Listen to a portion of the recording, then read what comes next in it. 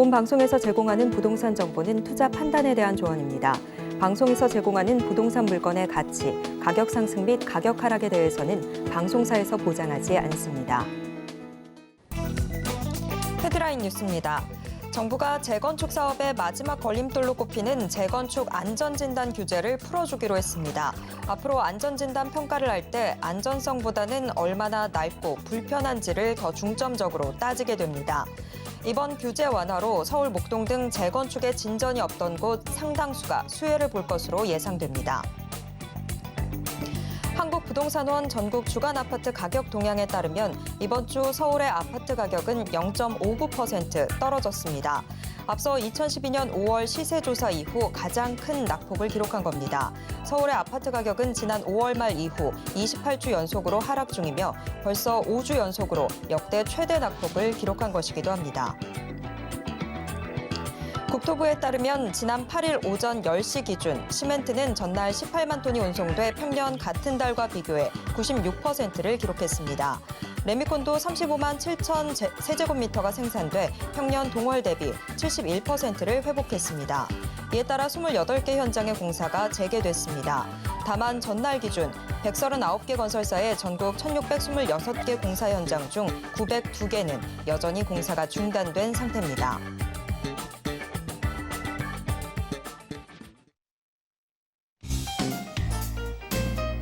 안녕하세요. 손에 잡히는 부동산 정보, 부동산 올인원 최슬기입니다.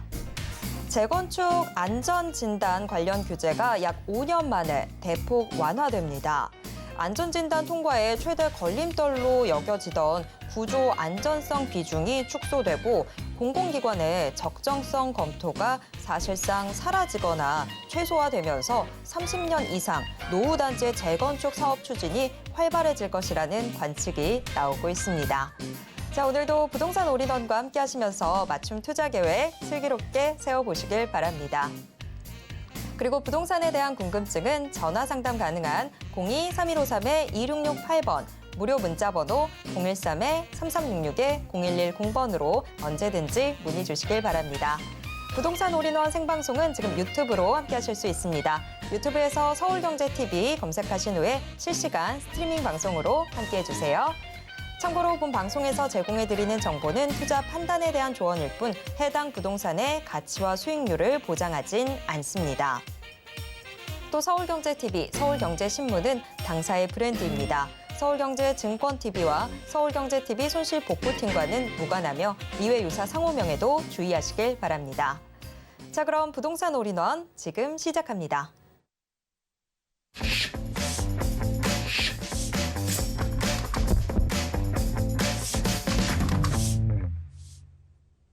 네, 오늘의 부동산 올인원 첫 순서는 레인메이커 이지원 이사님과 함께하도록 하겠습니다. 이사님 어서 오세요. 네, 안녕하세요. 네.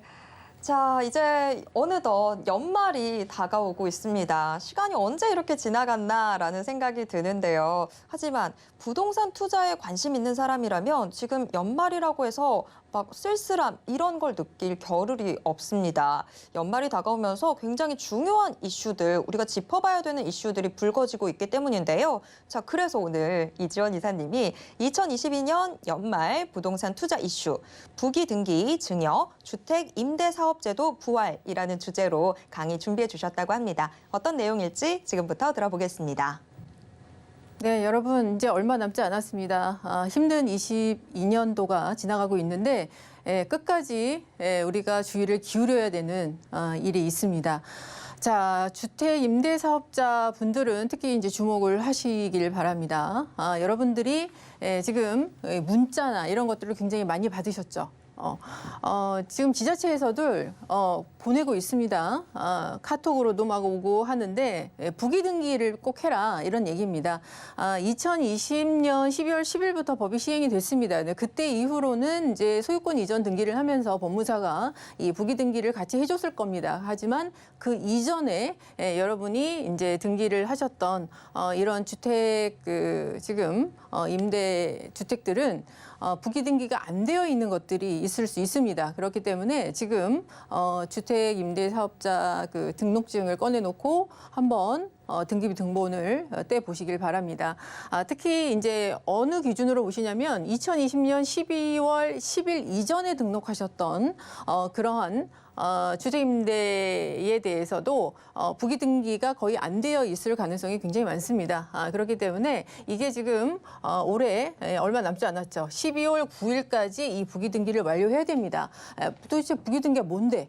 여러분이 등기부 등본 딱 뽑아 보시면 갑구에 바로 아래쪽에 부기 등기가 되어 있는데요. 거기에 뭐라고 되어 있냐면 이제 뭐 이 주택은 민특법에 의해서 결국은 한 3-4줄 써 있는데 민간 임대 사업자의 집입니다라고 써 있습니다. 그래서 임차인들이 등기부 등본을 떼보고 이 집이 주택 임대 사업자가 운영하는 집이구나. 이걸 쉽게 알 수 있도록 하는 것이 바로 이 부기 등기라는 겁니다. 그런데 이것을 하지 않게 되면 바로 500만 원이라는 과태료가 부과가 됩니다. 첫 번째 이제 적발이 됐을 때가 200만 원, 두 번째가 400만 원, 그다음에 500만 원 이렇게 된다고 합니다. 하지만 엄청난 돈이죠.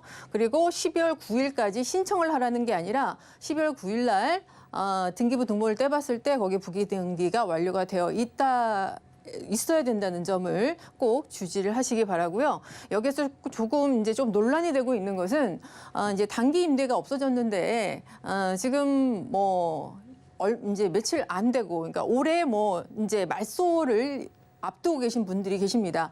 아니 12월 뭐 나는 10일 날 12월 10일 하루 후에 나는 말소가 되는데 부기 등기를 해야 됩니까? 해야 됩니다. 억울하시더라도 여러분 과태료 500만 원이니까 꼭 이걸 하시기 바라고 셀프 등기도 하시는 분이 있는데 엄청나게 힘듭니다. 까다롭습니다. 경험 삼아 하기에는 여러분 노동력이 아까우니까 그냥 법무사한테 맡기시는 게 좋다. 라는 거고요. 자, 그리고 여러분 증여 많이 지금 얘기 나오고 계십니다. 올해부터 작년부터 증여 건수 굉장히 많고 지금 이제 그 IMF 때보다 더 그 거래 절벽이다라는 얘기가 나올 정도로 지금 거래가 안 되고 있는 상황에서도 그 거래들의 거의 한 20-30%는 바로 이러한 증여 거래입니다. 그래서 사실 뭐 금매도 분명히 있겠지만 금매 안에는 이 증여 거래가 있기 때문에 더 금매처럼 보이는 그런 효과도 좀 있습니다. 그런데 이게 올해 꼭 해야 되는 이유가 이 소득세법, 그러니까 이 세법이 내년에 굉장히 크게 바뀌기 때문입니다. 3가지가 바뀌는데요. 다 돈에 관한 얘기니까. 자, 여러분 이제 증여취득세 이제 세율에 대해서 먼저 말씀을 드리는데 세율을 이제 3.5%로 알고 계시죠? 근데 이거는요. 여기에 이제 부가세가 붙죠. 농특세랑 그다음에 지방 그 교육세가 붙게 되면 4%가 됩니다. 근데 여기 3.5%에 해당되는 이 세율은요. 증여자, 수중자 모두 무주택일 경우에만 해당이 됩니다. 그러니까 그 우리 부모님한테 이거를 보통 증여를 받잖아요. 그러니까 부모님이 다주택자일 경우에는 자녀가 무주택자일 경우라도 12%의 취득세가 중과가 된다는 점. 그래서 사실 이 취득세 중과 때문에 증여도 굉장히 좀 건수가 많이 줄었습니다. 이게 새로 생겼기 때문에. 그런데 여기에는 이 중과에는 3가지 조건을 충족을 해야 되는데요. 첫 번째, 금방 말씀드렸듯이 그 증여자가 다주택자여야 되고요. 자녀가 무주택자인 건 상관없습니다. 두 번째는 이 주택이 조정 대상 지역에 있어야 되고요. 세 번째는 공시가격 3억 원 이상인 주택일 경우에 여기에 증여취득세가 12% 중과가 됩니다. 그런데 여기에서 2번 보세요, 여러분. 조정 대상 지역. 그러니까 이게 N 조건이에요. 3가지 조건을 모두 충족을 해야 12% 중과가 되는데 지금 여러분 소식 알고 계시죠? 서울과 인근 4개 지역을 빼고는 모두 다 지금 규제가 풀렸습니다. 그렇기 때문에 조정 대상 지역에서 풀려 있는 지역들 요게 조금 충족이 안 되기 때문에 요 하나가 빠지면 여러분 증여취득세가 이렇게 됩니다. 그러니까 요번에 조정 대상 지역에서 풀린 지역들에 있어서는 이제 다주택자 분들이 증여를 하더라도 3.5%의 세율로 적용을 받기 때문에 지금이 기회다라는 거죠. 자, 두 번째는 증여 취득세 과세 표준인데요. 이거는 세율이고 이 세율을 어디다 곱할 것이냐 그 기준이 되는 그 금액이 되는 게 과세 표준입니다. 자, 그런데 올해까지는 시가 표준액이었습니다. 주택 공시가격. 그러니까 그냥 시가표준액은 보통 우리가 지방세를 시가표준액이라고 얘기하고 국세를 이제 바로 기준시가라고 얘기를 하죠. 같은 개념인데 이제 이름만 다른 겁니다. 그리고 우리가 보통 그냥 공시가라고 얘기를 하시면 되는 거고요. 자, 그런데 여기에서 곱하니까 예를 들어서 시가가 9억짜리인데 공시가 7억이다라고 하면 7억 곱하기 이 취득세가 되는 거겠죠. 그래서 내년부터 어떻게 되냐? 실거래가로 과세표준이 됩니다. 9억으로 곱한다는 얘기입니다. 훨씬 높아지겠죠. 자, 그리고 세 번째, 이게 아주 핵심이죠. 취득가액 2월 과세. 이게 무슨 얘기냐? 자, 배우자나 그리고 직계 좀비속한테 이제 증여를 받죠. 그렇게 되면 이것을 5년 내에 양도를 만약에 하게 된다라고 했을 때 내가 증여받았을 때 당시에 그 취득가액을 빼주는 게 아니라 맨 앞으로 갑니다. 나에게 그 증여를 해준 우리 부모님이 샀을 때 1억에 샀고 나는 5억에 증여를 받았는데 10억에 팔았어요. 그러면은 10억에서 5억을 빼주는 게 아니라 10억에서 1억을 빼준다는 얘기입니다. 그러면은 양도세 엄청 많이 나오겠죠. 그런데 이게 그럼 5년만 버티면 되겠네라고 해서 5년 후에 팔아라 이랬잖아요. 그런데 내년부터는 이게 10년으로 늘어납니다. 그러니까 한번 증여받게 되시면 이제 10년 이후에 팔 수 있다. 그렇지 않으면 2월 과세 적용받는다. 그래서 이게 다 엄청나게 세율의 세제의 변화가 굉장히 큽니다. 그래서 올해 안에 꼭 증여를 마치셔라라고 얘기를 하는 이유가 이거고요. 그나마 조정 대상 지역에서 풀렸기 때문에 하나가 좀 여러분한테 좀 숨통을 쉴 수 있는 일이 생겼다라는 거죠. 자, 지금 네, 모든 뭐 인생이 그렇다, 인생도 그렇고 부동산도 마찬가지입니다. 다 사이클이 있는 거 아닙니까? 올랐으면 내려오는 거고 다시 내려가면 다시 치고 올라가는 거고 그러는 건데 자, 여기에서 너무 일희일비하지 마시고 지금 보시면 거래량이 문제입니다. 이게 너무 수요가 위축돼 있고 뭐 매크로 상황이 세계 경제가 지금 이렇게 고금리에다가 너무나 이게 그 전쟁까지 겹치고 그렇기 때문에 아무도 예측을 못했던 이런 상황이 왔는데 여기에서 거래량이 무너지게 되면요. 이게 정상 거래까지 무너지게 되면 앞으로 우리 경제가 좀 위험해집니다. 그렇기 때문에 거래량을 확대하기 위한 이 많은 이제 정부에서 완화책이 지금 계속 나오고 있는 상황이고 이제는 이제 12월 안에 주택임대사업자에 대한 혜택을 정상화시키겠다는 얘기까지 나옵니다. 그런데 이것은 정말 필요한 겁니다. 왜냐하면 무주택자 분들한테 그동안 많이 풀어줬어요. 집을 사라고. 그러나 무주택자 분들은 그렇게 정책에 큰 효과를 내지 못했습니다. 왜냐하면 가격이 오를 때 보통은 이제 수요가 많이 일어나게 되는데 그때는 내가 상투 잡을까 봐 무서워서 못 사고 지금은 떨어지니까 더 떨어질까 봐 못 삽니다. 그렇기 때문에 여기에서 용감하게 선봉을 좀 나서줘야 될 분들은 아무래도 좀 경험이 있는 주택임대사업자들이나 다주택자 분들인데 이분들한테는 지금 꽁꽁 발목을 묶어놨죠. 그동안 규제로. 너무나 앞으로 뭘 사고 싶어도 취득세 중과에 그리고 임대사업자를 내도 세제 혜택을 모두 없애버렸습니다. 대표적인 게 이거죠. 종합부동산세. 이것도 합산 배제도 없애버렸고 그러니까 양도세 중과 배제도 없애버렸고 장기보유 특별공제도 없애버렸습니다. 왜 합니까? 그러면 도대체 할수록 마이너스인데 그러니까 이걸 풀어줘야 이분들이 한다는 거죠. 자, 그리고 지금 여기서 끝나면 안 되는 거고요. 취득세 중과 폐지해야 됩니다. 서울과 나머지 4개 지역이 투기 과열 지역에서 풀리지 않았는데 그거는 놔두더라도 요거 정도는 풀어줘야 됩니다. 지금 내년 5월 9일까지 양도세 중과를 안 한다라고 해도 팔고 싶어도 사줄 사람이 없어요. 왜냐하면 이것 때문에 취득세 중과 8% 12% 내가 어떻게 삽니까? 그러니까 이거는 반쪽짜리입니다. 그러니까 이거는 연장도 해줘야 되고 이것도 중과도 폐지해줘야 되고 일단은 주택임대사업자의 혜택을 다시 부활시켜서 거래량을 일단 살려놔야 됩니다. 왜 그러냐면 제가 부동산을 지금 강의를 해서 부동산을 일으키자 이런 얘기가 아니고요. 부동산이 중국도 마찬가지고 우리나라도 마찬가지고 GDP에 굉장히 큰 역할을 합니다. 건설 경기 무너지고 거기에 딸린 식구가 얼마입니까? 이삿짐, 도배, 가전제품 이사를 안 하고 모든 산업이 다 지금 동맥경화에 걸릴 수 있습니다. 그렇기 때문에 지금 또 집값이 오를까 봐, 뭐 누구는 돈 벌까 봐 이런 얘기 하지 마십시오. 지금은 내년에 정말 무시무시한 게 올 수 있기 때문에 지금은 조금이라도 물꼬를 터줘야 됩니다. 그래서 지금 제가 정말 바라는 것은 바로 이러한 이 12월에 우리가 기대하는 이런 완화책들이 빨리 나와서 거래가 어느 정도 숨통을 트일 수 있게, 그래서 팔 사람은 팔고, 그리고 살 사람은 좀 손쉽게 살 수 있어서 어느 정도 거래가 좀 살아나야 지금 이 시장이 좀 더 안정이 될 수 있겠다, 이렇게 말씀드릴 수 있겠습니다. 네, 거래의 숨통이 좀 빨리 트여야 될 텐데 참 걱정입니다. 뭐 일희일비는 늘 언제나 금지지만 그래도 증여만큼은 올해 안에 서두르셔야 될 것 같습니다. 자, 부동산 이슈 진단 함께 하셨고요. 그럼 계속해서 부동산 정보 체크 확인해 보도록 하겠습니다. 네, 오늘 살펴볼 정보체크 서울 중랑구 면목동으로 가보겠습니다. 7호선 면목역 역세권에 위치한 투룸과 쓰리룸 구조의 다세대 주택 확인을 해볼 텐데요. 현재 시세가 4억 원에서 5억 3천만 원 선까지 예상되고 있습니다. 네, 중랑구 면목동. 우리가 지금 왜 중랑구 면목동에 주목해야 하는지 자세한 정보 들어보도록 하겠습니다. 네, 여러분 이번에 10월에 또 면목동 두 지역이 또 선정이 됐습니다. 모아타운에.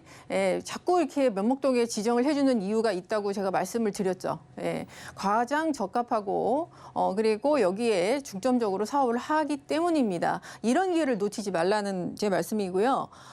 지금 여러분이 그 모아타운에 대해서 물론 이제 저희도 이게 어떻게 지금 지어졌는지 아무런 그 사례가 없기 때문에 잘 모르지만 지금 나와 있는 그런 계획, 서울시가 발표한 계획에 따라서 재개발과 여러분이 비교를 해서 판단하실 수는 있다. 그래서 제가 제 판단으로는 지금 모아타운이 굉장히 그 적당한 돈에 최소 금액으로 최대 효과를 낼 수 있다라는 그런 판단이고요. 우리가 소위 말하는 재개발, 신속통합개발과 모아타운을 지금 비교를 해서 왜 좋은가에 대해서 여러분이 좀 알았으면 하는 마음에서 제가 이걸 좀 정리를 해봤는데요. 지금 이제 뭐 면목동은 면목동의 그 입지 소개보다도 이게 굉장히 중요할 겁니다. 자, 지금 노후도가 일단 재개발, 우리가 소위 말하는 우리가 알고 있는 재개발은 도정법의 그걸 봤고요. 자, 모아타운 같은 경우에는 이제 빈집 및 소규모 주택 정비 특례법을 적용을 받습니다. 그렇기 때문에 이제 거기에서 굉장히 이제 차이가 있는데 일단 노후도가 67% 이상이 돼야 되고 그 외에 접도율이라든지 굉장히 여기는 그러니까 타이트하다고 보시면 됩니다. 그래서 서울에 한 20% 정도만 요 기준에 만족을 합니다. 그러면 나머지 80%는 재개발을 못하면은 계속 썩빌로 남아야 되나요? 그건 아니죠. 그렇기 때문에 그것을 완화시켜주는 그 특례법을 만든 게 모아타운이고요. 모아타운은 그래서 노후도를 10%를 완화를 시켰습니다. 그래서 신축이 섞여 있는 다세대 다가구 지역들도 할 수 있게 만들어 놓은 거고요. 그리고 층수 제한이 이 모아타운이라는 것이 원래 층수 제한이 있었죠. 가로주택에서 이제 출발을 했기 때문에. 그러나 지금 뭐 재개발이든 모아타운이든 층수 제한이 풀렸습니다. 그래서 25층 이상 사업성에 따라서 다 할 수 있다. 그리고 모아타운과 재개발에 있어서 가장 그 큰 차이를 보시는 부분이 뭐냐라고 봤을 때 바로 지하 주차장과 커뮤니티 시설이었습니다.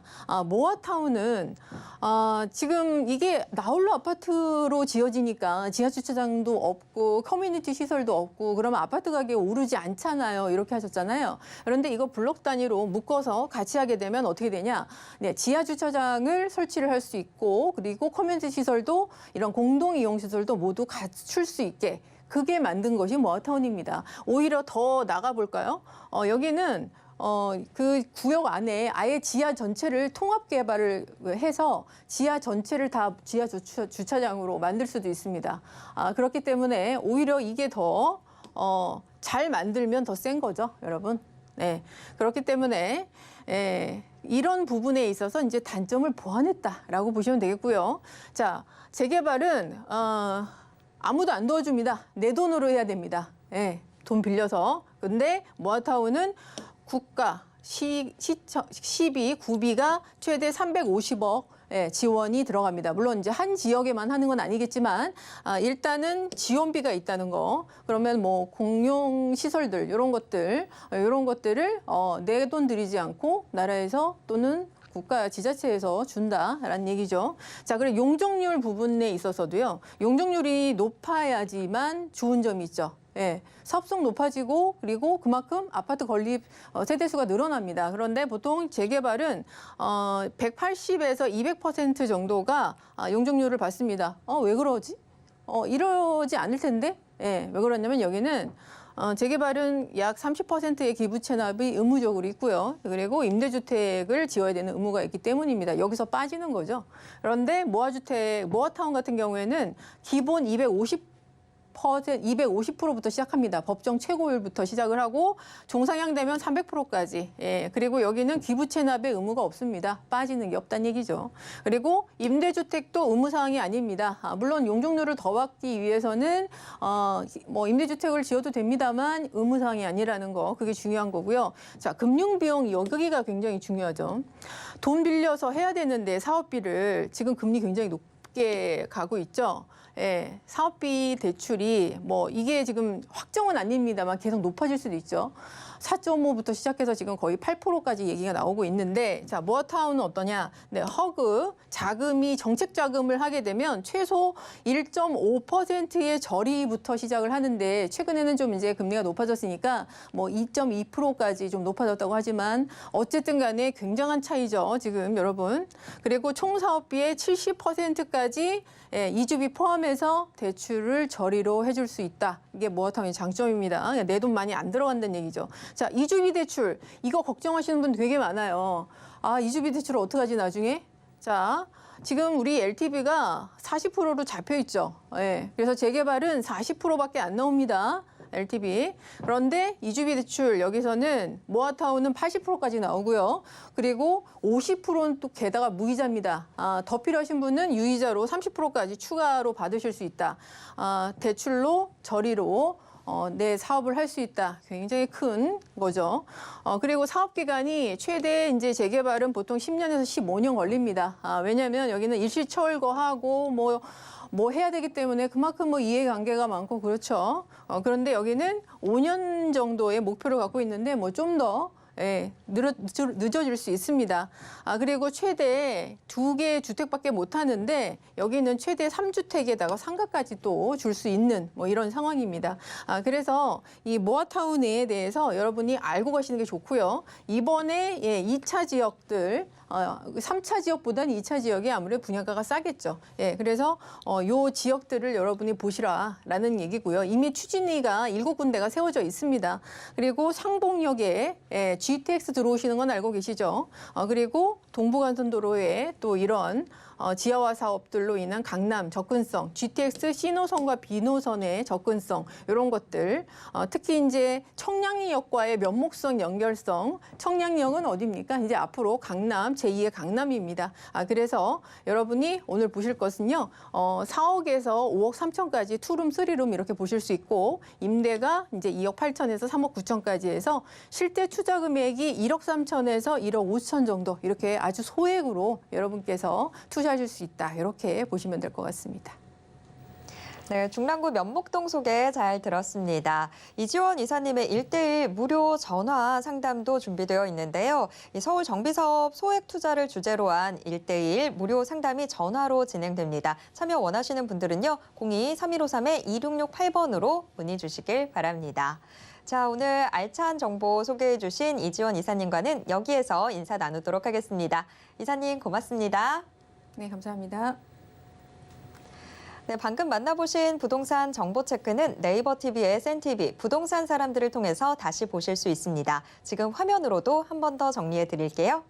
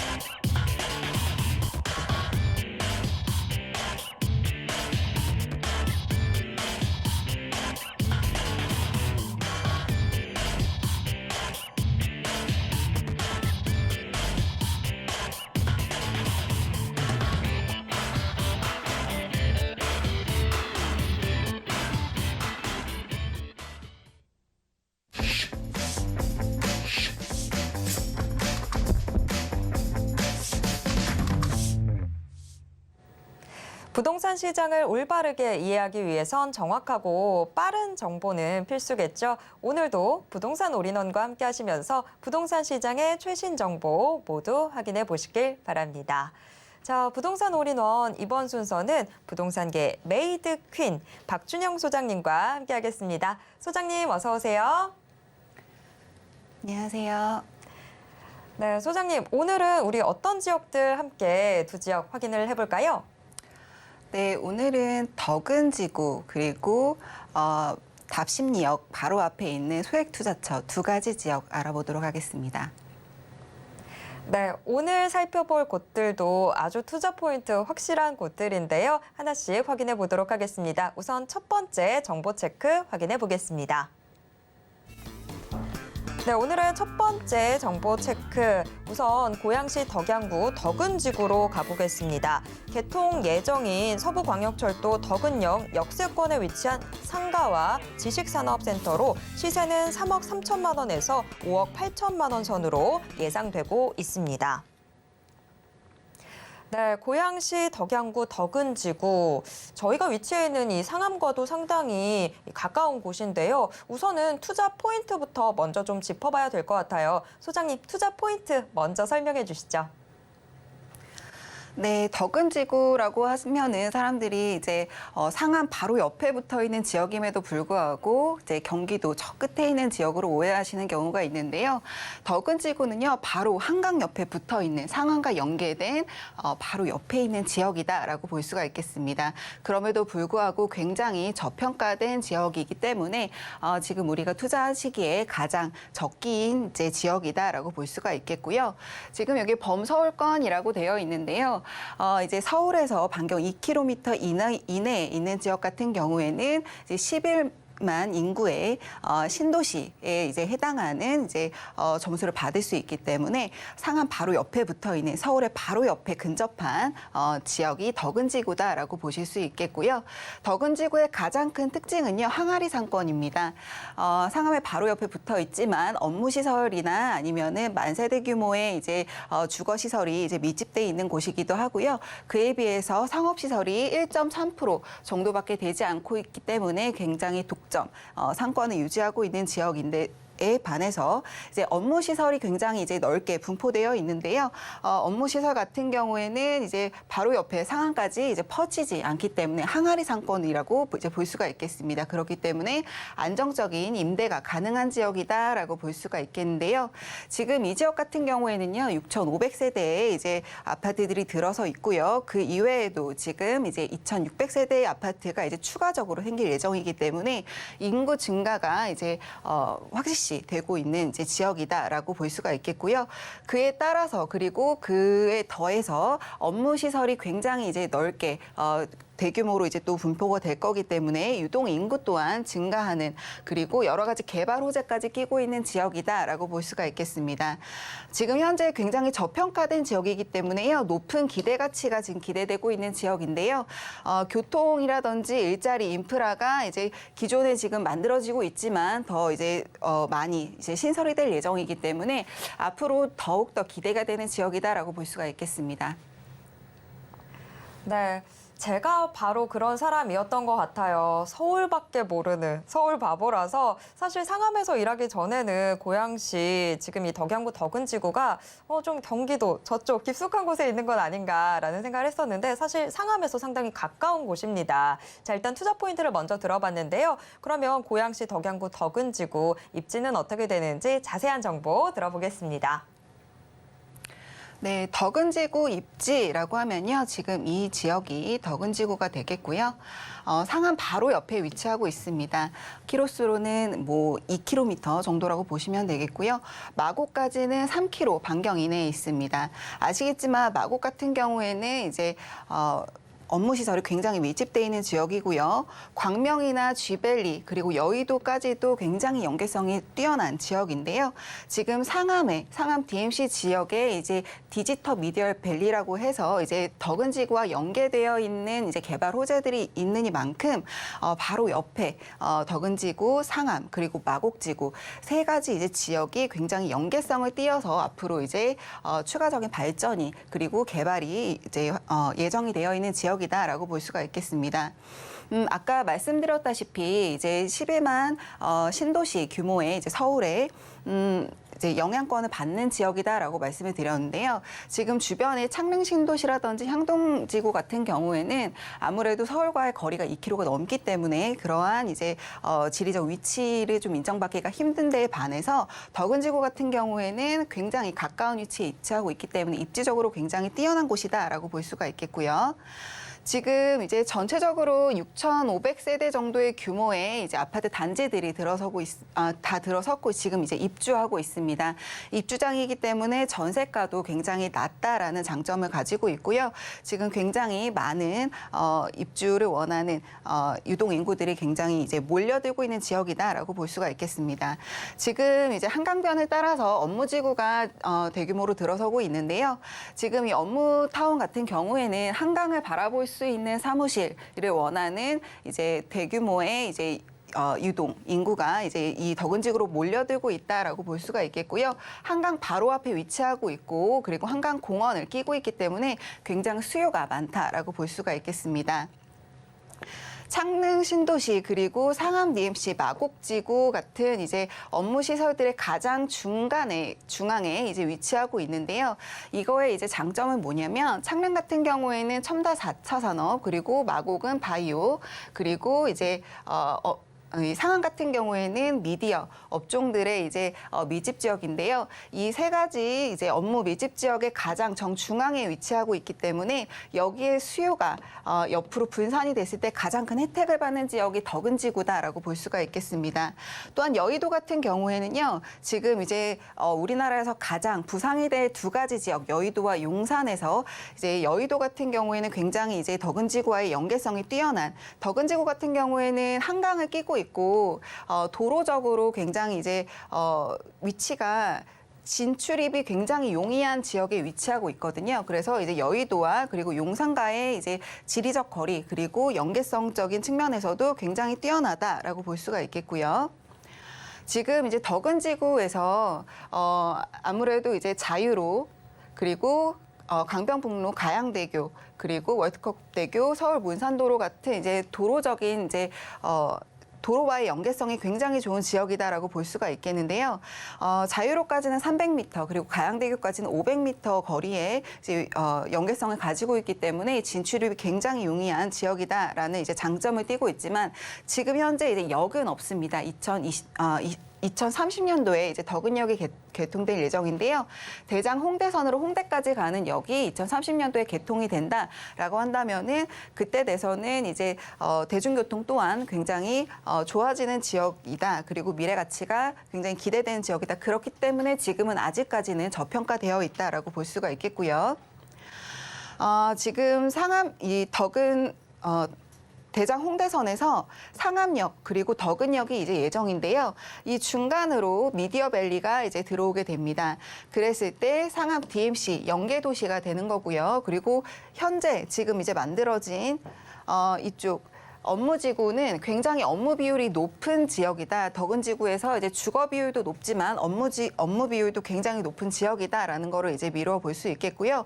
그리고 이제 상암 미디어 복합타운 완성 시에 이제 덕은지구의 가격이 재평가될 수 있고 굉장히 상향 조정될 수 있기 때문에 그 점 또한 주의 깊게 보실 필요가 있겠습니다. 또한 지식산업센터뿐만이 아니고요. 이 지역 같은 경우에는 이제 상업시설이 굉장히 이제 희소성을 가지고 있습니다. 그렇기 때문에 이 지역에 입주하는 업무시설 그리고 주거시설 굉장히 많은 유동인구와 거주인구를 이제 흡수할 수 있는 상업시설의 비율이 굉장히 낮기 때문에 그거에 대한 희소성도 좀 주의 깊게 보셔야 될 것으로 보입니다. 지금 현재 이제 역이 없기 때문에 도로교통에 대해서 굉장히 이제 주요하게 지금 작용을 하고 있는데요. 사실 업무시설 같은 경우에는 한강을 끼고 있을 때 이제 도로 연계성이 굉장히 중요하다라고 볼 수가 있겠습니다.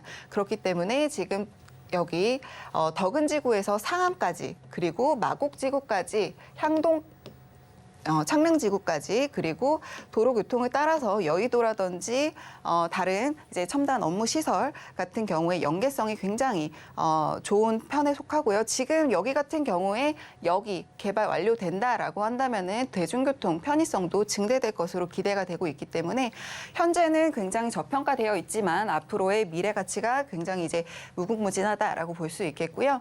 지금 이제 창릉 신도시나 향동지구 이 지역들의 이제 연계성도 좋지만 지금 기존에 있었던 상암 DMC 그리고 마곡지구의 마이스 복합단지, 광명 그리고 쥐밸리 구로 금천이죠. 그리고 여의도와의 연계성이 굉장히 뛰어나기 때문에 지금 이제 비즈니스의 가장 중심부에 위치하고 있고 그 외에도 한강을 바라볼 수 있는 업무적인 뭐 편의성이라든지 인프라들도 굉장히 구축이 잘 돼 있는 지역이다라고 볼 수가 있겠습니다. 투자에서 가장 포인트는 가격이죠. 제가 계속 말씀드리고 있지만 서울 주변에서 그리고 서울에서 가장 저평가된 지역이다라고 볼 수가 있겠는데요. 지금 2021년 기준으로 했을 때 가장 낮은 지역이 이제 강서인데 강서에서도 이미 2천만 원대를 넘어서 평당 단가가 2,150만 원까지 이제 올라가 있습니다. 근데 지금 이제 고향 덕은 같은 경우에는 1,500에서 1,600으로 평당 단가가 굉장히 낮게 설정이 되어 있는데요.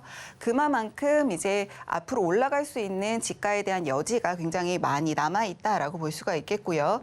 인접지 강서구로 금천, 영등포의 지리적 입지, 장점과 연계성을 가진 곳 중 가장 저평가된 지역이다라고 볼 수가 있겠습니다. 그리고 가장 중요한 건요. 지금 여기는 한강을 바로 앞에 끼고 있습니다. 그래서 한강을 볼 수 있는 한강변, 한강 뷰라든지 그런 것도 중요하겠지만 한강에서 누릴 수 있는 교통 연계성들이 이제 또 이 덕은의 가장 큰 장점으로 이제 부각이 되고 있기 때문에 가격적인 측면 그리고 교통적인 연계성 측면 그리고 다른 지역과의 연계성 측면까지도 본다면은 굉장히 좋은 조건으로 선점하실 수 있는 지역이다라고 볼 수가 있겠고요. 지금 이제 이 전체적인 업무시설 아래로 1층으로는요 상업시설이 들어오게 될 텐데요. 상업시설이 굉장히 낮게 설정이 되어 있습니다. 거의 1.5% 정도밖에 안 되기 때문에 굉장히 독점적인 상업시설들이 이제 들어올 것이다. 그리고 이쪽에는 이제 한강으로 가는 육교가 이제 만들어질 예정인데요. 한강변을 거니는 이제 유동인구 그리고 이쪽에 거주하고 있는 거주민들의 수요 그리고 업무시설 하는 직장인들의 수요까지 전반적인 모든 수요가 이쪽 이제 상업시설로 몰릴 예정이기 때문에 상업적인 이제 수익률 그런 측면에서 굉장히 높게 설정이 되어 있다라고 보실 수 있겠습니다. 지금 이제 지식산업센터가 위쪽에 있고요. 아래쪽으로 지금 이제 상업시설들이 들어올 예정이고요.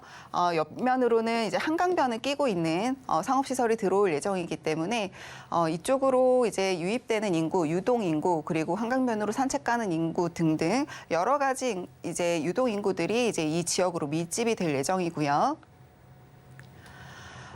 단지 내 상가, 분양 상가 다 좋지만 가장 이제 이 상가의 수익률에 직결적으로 연결이 되는 거는요. 희소성이라고 볼 수 있겠는데요. 희소성이 굉장히 높고요. 이거는 수익률로 직결이 될 수 있습니다. 상주 인구 굉장히 많고요. 유동 인구도 굉장히 많아질 것으로 전망이 되고 있기 때문에 낮과 밤의 상권이 다 이제 두루두루 발전이 될 것으로 보입니다. 주변 지역과의 연계성이 낮다라는 거는 점심시간이나 저녁시간에 주변으로 가서 상권을 누리고 다시 돌아온다라는 건데요. 사실 그런 연계성은 낮기 때문에 항아리 상권을 계속 유지할 것으로 보여지고 있습니다. 금액대는요. 이제 지식산업센터 같은 경우에 이제 3억 8천에서 4억 1천만 원 정도로 이제 예상이 되고 있고요. 임대 금액은 보증금 1,000에 월 100에서 110만 원 정도로 이제 예상이 되고 있습니다. 아무래도 이제 대출이 잘 나오기 때문에요. 실투자액은 8천에서 9천만 원 정도로 예상이 되고 있고요. 이거는 이제 상업시설인데요. 매매 금액은 3억 3천만 원에서 5억 8천만 원 정도로 예상이 되고 있습니다. 임대 금액은 5천에서 월 200에서 380만 원 정도로 굉장히 높게 설정이 되어 있는데 이럼에도 불구하고 이제 아무래도 수익률이 높기 때문에 그리고 들어오려고 하는 상업시설이 많을 거기 때문에 굉장히 안정적인 투자가 가능하다. 그리고 여기에도 대출이 잘 되고 있기 때문에 실투자액은 1억에서 1억 7천만 원 정도로 예상해 볼 수 있겠습니다. 네, 이어서 두 번째 정보 체크 확인해 보도록 하겠습니다. 네, 두 번째 정보 체크 이번에는 서울시 동대문구 답심리동입니다. 지하철 2호선 신담역 역세권에 위치한 투룸 구조의 다세대 주택인데요. 시세는 3억 9,500만 원에서 4억 1,000만 원 선으로 예상되고 있습니다. 네, 서울 동대문구 답심리동 일단은 투자 포인트부터 먼저 들어보겠습니다. 이 동대문구 답심리동인데요. 지금 이제 우리가 가장 굉장히 이제 관심이 많은 게 재개발, 재건축 그리고 소액 투자일 텐데요. 지금 거기에 가장 부합하는 지역이 동대문구 답심리동이다라고 말씀드릴 수 있겠습니다. 뭐 동대문구는 여러 이제 분들이 관심 있어하는 지역이기도 하지만 소액 투자가 가능한 지역에다가 그리고 동북권 교통의 중심지로서의 역할을 톡톡히 해내고 있는 지역이다라고 볼 수가 있겠는데요. 1, 2, 5호선 분당선 GTX, 경전철 등이 지금 현재 이제 있는데 GTX 같은 경우에는 B노선과 C노선의 이제 교차점이 이 지역에 이제 위치하고 있다. 그렇기 때문에 용산으로 가는 것이던 강남으로 가는 것이던 동대문구에서 이제 환승을 할 수 있기 때문에요. 굉장히 주요한 위치에 있다라고 볼 수가 있겠고요. 그리고 동대문구는 지금 현재도 대규모 재개발 사업 등이 이제 진행이 되고 있습니다. 그래서 지금 향후 지역 상승, 시세 상승이 기대되는 지역이라고 볼 수 있겠는데요. 그만큼 도로라든지 지역 정비가 되고 있는 지역이다라고 볼 수가 있겠습니다. 아무래도 동대문 같은 경우에는 노후된 지역이 많기 때문에 조금 이제 번잡스럽고 좀 지저분한 지역적인 측면이 없지 않아 있었는데요. 그런 것들이 이제 새롭게 다시 태어나고 있다라고 볼 수 있겠고요. 그랬을 경우에는 이제 시세 상승이 이제 자연스럽게 기대가 되는 거고요. 그리고 신축, 소형 주택 수요가 굉장히 풍부한 지역이다. 직장인들의 가장 전폭적인 지지를 받고 있는 지역이다라고 볼 수가 있겠고요. 그럼에도 불구하고 서울 중심권에 위치하고 있는데 저평가된 지역이기 때문에 지금까지 이제 미래 가치를 생각을 한다면 굉장히 투자하시기에 적기다라고 볼 수가 있겠습니다. 네, 그러면 동대문구 답심리동 입지부터 자세한 정보 들어보겠습니다. 네, 소장님. 네, 이 지역 같은 경우에는요, GTX C노선과 B노선이 이제 교차하는 지역이라고 볼 수가 있겠는데요. 그 외에도 1호선, 2호선, 5호선, 분당선까지 여러 가지 교통편이 굉장히 밀집되어 있는 지역이다라고 볼 수가 있겠습니다. 지금 현재에도 청량리 역세권 개발, 전농 답심리 뉴타운, 왕십리 뉴타운 등 여러 가지 사업들이 지금 복합적으로 진행이 되고 있는 지역인데요. 그만큼 지금 이제 천지개벽해서 굉장히 많이 변화가 이루어지고 있는 지역이다라고 볼 수가 있겠는데요. 직장인들의 전폭적인 지지를 받는 지역입니다. 서울의 가장 중심부에 위치하고 있기 때문에 직주 근접성이 굉장히 뛰어난 지역인데요. 그렇기 때문에 소형 주택들이 굉장히 인기가 많다라고 볼 수가 있겠고요. 지금 이제 면목선 경전철이라든지 동부간선도로 지하화 사업들로 인해서 지금 여러 가지 이제 개발 호재들이 있는데 이 중에 가장 중요한 거는 GTX 노선이라고 볼 수가 있겠습니다. GTX 청량리는요, 용산으로 가는 B노선 그리고 강남으로 가는 C노선이 교차하는 지역이기 때문에 환승 이제 복합 환승 터미널이 이제 이 청량리에 생길 예정이고요. 그랬을 경우에 동대문구의 이제 지리적 가치가 굉장히 급상승할 것으로 이제 기대가 되고 있습니다. GTX의 하나의 노선만 있더라도 이제 지가가 굉장히 상승을 하는데요. 두 가지 노선이 교차적으로 이루어진다라고 한다면은 굉장히 이제 상승 포인트가 될 것으로 보이고요. 지금 그렇게 이제 교차점이 되는 게 청량리, 서울역 그리고 삼성역밖에 없습니다. 이 GTX 노선 중에 교차하는 지역이 세 가지 지역밖에 없다라는 거는 그 세 가지 지역으로 이제 수요가 몰릴 것으로 이제 예상이 되는 부분이기 때문에 GTX에 대한 개발 호재는 꼭 기억을 해두실 필요가 있겠습니다. 이 지역은 지금 모아타운에 대한 이제 기대가 굉장히 높은 지역이다라고 볼 수가 있겠고요. 모아타운 같은 경우에는 가로 정비 사업들과 같은 이제 나홀로 아파트들의 단점을 해소해서 인프라들이 이제 굉장히 확충이 되는 이제 모습을 볼 수가 있겠는데요. 지하 주차장, 어린이집, 도서관, 커뮤니티 등을 구축을 해서 대단지 규모의 인프라들을 모아타운에서 누려볼 수가 있겠습니다. 또 현 재개발 기간은 최소 이제 12년에서 6년까지로 이제 축소가 될 예정이기 때문에 좀 더 짧은 시간 안에 이제 개발 호재를 누려볼 수 있는 게 이제 모아타운일 텐데요. 부동산 경기는 상급지부터 풀립니다. 지금 이제 아무래도 부동산 경기가 많이 이제 얼어붙어 있는 상황인데요. 그랬을 때 풀리는 지역, 그 지역에 미리미리 이제 재개발이라든지 여러 가지 재건축 투자를 해놓으신다라고 한다면은 좀 상급지부터 좀 투자를 해놓으시는 게 선점적으로 투자를 해놓으시는 게 좋을 것으로 보여지고 있고요. 상급지 수요 편중 성향은 앞으로도 더욱더 심화될 거기 때문에 서울로 계속해서 모이는 현상들이 보여질 것으로 보여지고 있습니다. 지방에는 지금은 조금 투자하시기에는 이제 어려운 상황이고요. 서울에서도 상급지 위주로 이제 투자를 해놓으시는 게 재개발, 재건축 사업에서는 가장 핵심적인 부분이다라고 볼 수가 있겠습니다. 그리고 공급의 부재를 좀 주시를 해야 되는데요. 지금 이제 공급 물량이 내년까지로 해서 이제 마감이 되고요. 그리고 새로 들어가는 착공률이 굉장히 낮습니다. 아무래도 사업성이 떨어지기 때문일 텐데요. 이제 착공률이라든지 공급률이 낮아지면 그거는 3년에서 4년 후에 이제 문제가 이제 대두되는 거기 때문에 우리가 지금 이제 재건축 재개발에 투자를 한다라는 거는 그만큼의 이제 시간 투자를 하는 거기 때문에 그 이후에 공급량에 대한 이제 미래 예견 좀 해서 투자를 해야 되는 거기 때문에 공급의 부재를 해야 되는 거고요. 그리고 공급의 부재가 문제가 되는 시점, 지역을 좀 주목을 해야 될 텐데요. 지금 이제 동대문구 같은 경우에는 이제 가장 저가로 이제 투자를 할 수 있는, 소액으로 투자를 할 수 있는 지역이기 때문에 굉장히 메리트가 있는 지역이다라고 볼 수가 있겠습니다. 매매 금액은 3억 9,500에서 4억 1,000만 원 정도로 예상이 되고 있고요. 아무래도 이제 전세 금액이 굉장히 이제 높게 설정이 되어 있습니다. 수요층이 굉장히 두터운 지역이기 때문에요.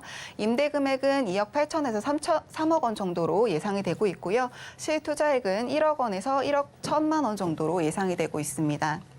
임대 금액은요, 보증금 3천만 원에 월 100에서 120만 원 정도로 예상이 되고 있는데요. 이 지역 같은 경우에는 월 임대료가 좀 더 상승할 수 있는 여지가 있기 때문에요. 그 여지까지 생각을 해두시는 게 좋겠고요. 그리고 실투자액은 2억에서 2억 3천만 원 정도로 예상해 볼 수 있겠습니다. 네, 동대문구 답심리동 상당히 가격적인 메리트가 있는 곳인데요. 소장님, 그러면 이 동대문구 답심리동 투자의 유의점은 없을까요? 아무래도 지금 공급량이 이제 많다라고 생각하시는 분들이 많을 텐데요. 미분양된 곳도 많고 하다 보니까요. 근데 이제 저희가 재개발, 재건축에 투자를 하는 거는 향후 4년, 5년, 그리고 10년 후에 이제 미래를 보고 투자를 하는 거기 때문에요. 지금 현재의 공급량이 아니고 미래의 공급량을 가늠을 해서 투자를 하셔야 되는 부분이기 때문에 지금 공급량이 계속 줄어들고 있고 착공량도 굉장히 낮습니다. 그렇기 때문에 미래에 대한 공급의 부재를 감안을 해서 가장 소액으로 서울 중심부에 투자하기에는 지금 동대문구의 이제 투자처가 굉장히 적합하다라고 볼 수가 있겠습니다. 네, 동대문구 답심리동 소개 잘 들었습니다. 오늘도 알찬 정보 소개해 주신 박준영 소장님과는 여기에서 인사 나누도록 하겠습니다. 소장님, 오늘 말씀 고맙습니다. 네, 방금 만나보신 부동산 정보 체크는 네이버 TV의 센TV 부동산 사람들을 통해서 다시 보실 수 있습니다. 지금 화면으로도 한 번 더 정리해 드릴게요.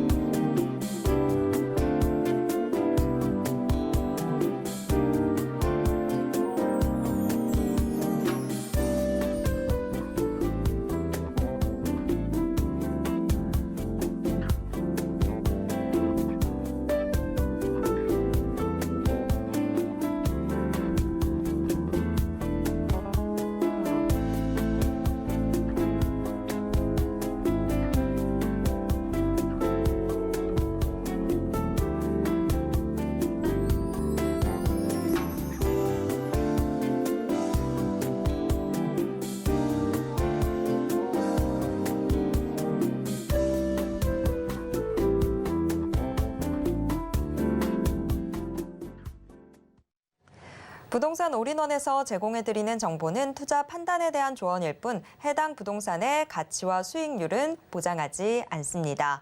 또 서울경제TV, 서울경제신문은 당사의 브랜드입니다. 서울경제증권TV와 서울경제TV 손실복구팀과는 무관하며 이외 유사 상호명에도 주의하시길 바랍니다. 오늘 방송은 서울경제TV 홈페이지와 네이버TV의 센TV, 부동산 사람들을 통해서 다시 보실 수 있습니다. 방송이 끝난 후에도 남아있는 부동산 궁금증은 전화 상담 가능한 02-3153-2668번, 무료 문자번호 013-3366-0110번으로 언제든지 문의 주시길 바랍니다. 오늘 저희가 준비한 내용은 여기까지입니다. 시청해주신 여러분 고맙습니다.